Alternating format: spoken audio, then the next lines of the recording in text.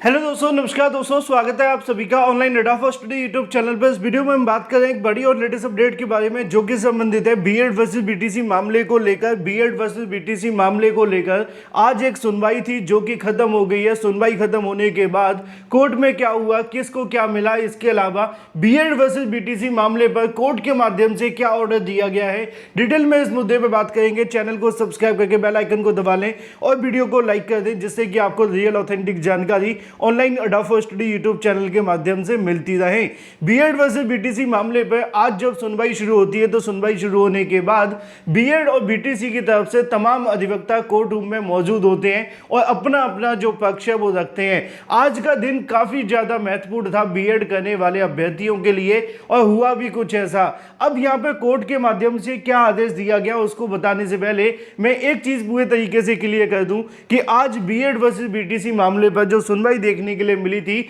उसमें कई बड़े बड़े एडवोकेट्स के नाम मौजूद थे, जैसे कि बीएड को बचाने के लिए पीएस पटवालिया, राधिका जलान मैम, इसके अलावा मीनाक्षी अरोड़ा जो कि बीटीसी की अधिवक्ता थी, इसके अलावा जो यहाँ पे आप सभी के सामने संकलन सर देखने के लिए मिलते हैं ये बीटीसी की तरफ से मौजूद हुए थे। इसके अलावा ये जो भी अधिवक्ता हैं ये असिस्ट करने के लिए थे, ये बीएड और ये बीटीसी। मुद्दे पे आ जाते हैं। मुद्दा था बीएड वर्सेस बीटीसी को लेकर, बीएड को प्राइमरी के बारे में। और आज इस मामले पे जब सुनवाई शुरू होती है तो सबसे पहले मीनाक्षी अरोड़ा मैम के माध्यम से हमेशा की तरह बीएड को प्राइमरी से बाहर करने की बात की गई और उन्होंने कहा कि सुप्रीम कोर्ट ऑफ इंडिया ने जो 8 अप्रैल 2024 को जजमेंट दिया है उसके आधार पर जो भी बीएड है वो कहीं ना कहीं प्राइमरी शिक्षक भर्ती के आधार पर बाहर हो चुके हैं और अब उनको बना करके नहीं रखा जा सकता। इसी मामले पर जब मीनाक्षी अरोड़ा मैम के माध्यम से 8 अप्रैल के जजमेंट को लागू करने की बात की गई तो यहां पर पीएस पटवालिया जो कि बीएड के वकील हैं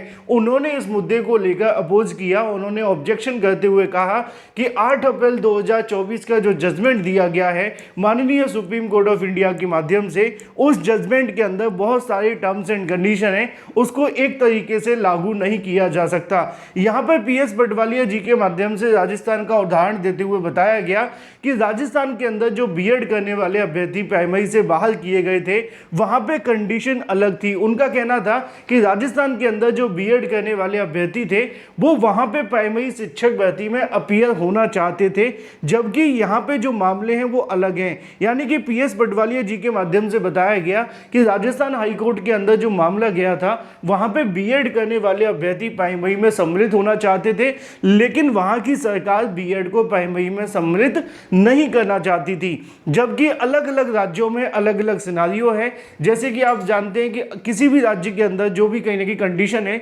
जैसे कि मैं यूपी की बात करूं तो यूपी में आप जानते हैं कि अभी तक यूपी में प्राइमरी में बीएड को सरकार सम्मिलित करना चाहती थी, इसीलिए उन्होंने 69,000 में सम्मिलित किया। अगर बात करें हम एमपी के अंदर या इसके अलावा और भी अलग अलग राज्यों के अंदर तो वहां की सरकारों ने बीएड को सम्मिलित कर लिया था, लेकिन कई राज्य ऐसे थे जहां की सरकारें बीएड को प्राइमरी में सम्मिलित करना नहीं चाहते थे, जिसमें सबसे पहले नंबर पर राजस्थान आती है और दूसरे नंबर पर छत्तीसगढ़ आती है। यहाँ की सरकारें बीएड को प्राइमरी में सम्मिलित नहीं करना चाहते थे। तो यहाँ पे पीएस पटवालिया जी के माध्यम से कहा गया कि जो 8 अप्रैल 2024 का जजमेंट दिया गया है वो जजमेंट इसी बात को इशारा करता है कि जो सरकार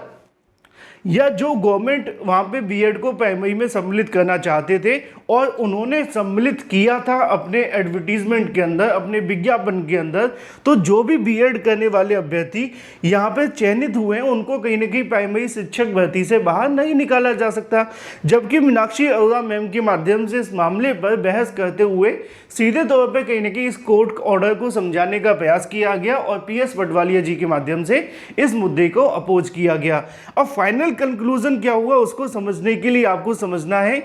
ये मैटर जिसकी आज सुनवाई थी। आज जो मैटर सुनवाई के लिए लगा हुआ था वो एमपी हाई कोर्ट के अंदर था, आप जानते हैं, जहां पे इस मामले को लेकर सुनवाई चल रही है। वहां के जो भी चयनित बीएड अभ्यर्थी हैं वो प्राइमरी शिक्षक भर्ती में बने रहेंगे या बहाल होंगे, इस पर फैसला करना है। कोर्ट के माध्यम से सीधे तौर पर सुप्रीम कोर्ट के उस ऑर्डर को, जजमेंट को ध्यान में रखते हुए कहा गया कि जो यहाँ पे सुप्रीम कोर्ट ने जजमेंट दिया है वो सीधे तौर पर क्लियर है। दो तरीके से इसको लागू किया जा सकता है। पहला वो जो यहाँ पे योग्यता के आधार पे चयनित हुए हैं, दूसरे वो जो सब्जेक्ट टू आउटकम के आधार पे। अब कोर्ट ने कहा कि हमें बस ये डिसाइड करना है कि जो एमपी के अंदर भर्तियां की गई हैं क्या वो सब्जेक्ट टू आउटकम है या उनको योग्यता के आधार पे चयनित किया गया है। इस पर पीएस पटवालिया जी ने फिर से कहने की इस मामले को पॉइंट आउट करते हुए बताया गया कि जो यहाँ पर राजस्थान के अंदर देखने के लिए मिला था वो चीज़ें अलग थी, क्योंकि राजस्थान में वहाँ की सरकार नहीं चाहती थी बीएड को सम्मिलित करना, लेकिन अदर स्टेट जो भी हैं वहाँ पर बीएड को सम्मिलित करना चाहते थे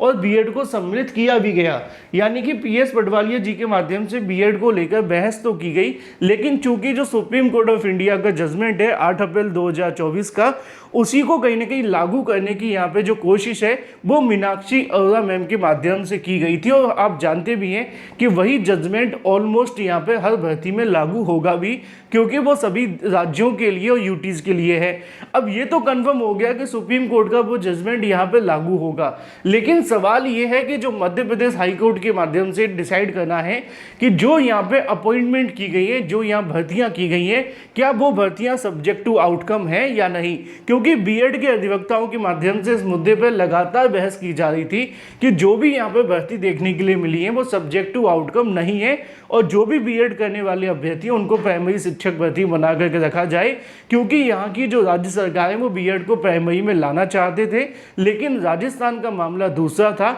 और राजस्थान की जो सरकार है वो नहीं चाहती थी कि बीएड को प्राइमरी में बना करके रखा जाए। इसलिए राजस्थान हाई कोर्ट ने ये डिसीजन दिया और बीएड को प्राइमरी शिक्षक भर्ती से बाहर कर दिया। और जब यहाँ पे इस मामले को लेकर सुनवाई देखने के लिए मिली तो यहाँ पे मामला पूरे तरीके से अलग हुआ, क्योंकि यहाँ की सरकारें बीएड को प्राइमरी में सम्मिलित करना चाहती थी और उन्होंने सम्मिलित भी किया और बीएड प्राइमरी में शामिल हो गया। अब जिसको नौकरी मिल गई है उसको न निकाला जाए,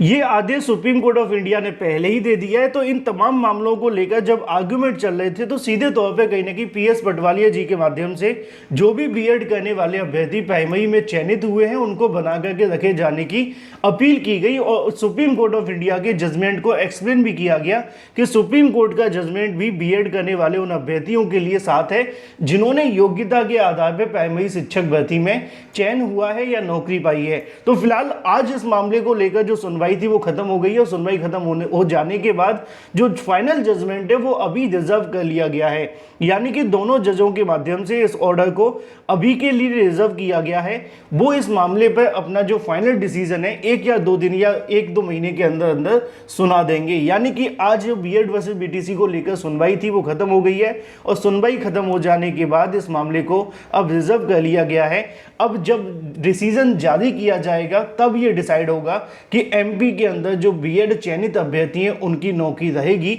या बाहर निकाला जाएगा। लेकिन फिलहाल के लिए कोर्ट ने एक बड़ी कहीं ना कहीं अपडेट आप सभी के लिए दे दी है कि जो बीएड करने वाले अभ्यर्थी हैं वो कहीं ना कहीं सुप्रीम कोर्ट के ऑर्डर के आधार पर सुप्रीम कोर्ट के ऑर्डर को लागू करते हुए जो सब्जेक्ट टू आउटकम नहीं है तो वो 100% यहाँ से सेफ हो जाएंगे और जो सब्जेक्ट टू आउटकम है बस उनके लिए डिसीजन आना बाकी है। Thank you for watching this video.